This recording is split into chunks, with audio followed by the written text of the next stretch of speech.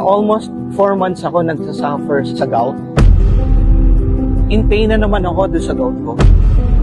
Malaking effect sa liver and kidney ko. Pagdating kasi sa gout, marami kang hindi pwedeng kainin. Ako nga pala si Mr. Randy Amaro.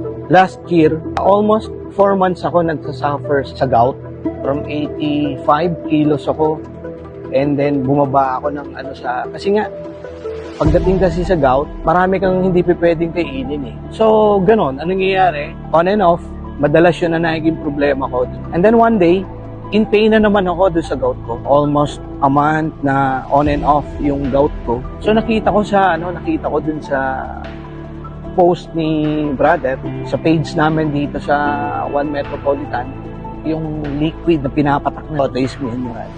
Nag-purchase ako kay brother Anthony ko, pero sabi ko nga, andun na kasi yung worries ko na hindi ako kasi pwedeng mag-depend sa mga aesthetic na gamot eh. Malaking effect sa liver and kidney ko. And one time, isa sa mga brother ko sa motorcycle club rider na doktor, yun na nagbibigay ng reseta sa akin madalas.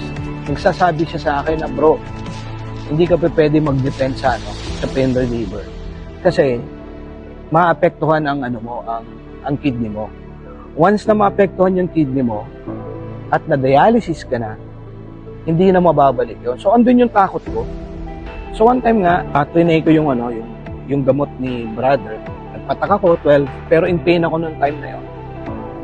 So trinay ko, after mga 1 hour lang, medyo sabi ko iba yung pakiramdam ng food ko, medyo okay na siya. So siguro iniisip ko, baka mamaya iniisip ko lang, nagagaling ako, di ba? Siyempre may mga ganong scenario. So pagkagabi, nag-try uli ako, 12 na patak uli. And then kinabukasan, maganda na yung food ko, nakapag-gym na ako. Nag-stop akong uminom ng pain reliever. Nagpapatunay lang ako na sa sariling experience ko na okay yung trace mineral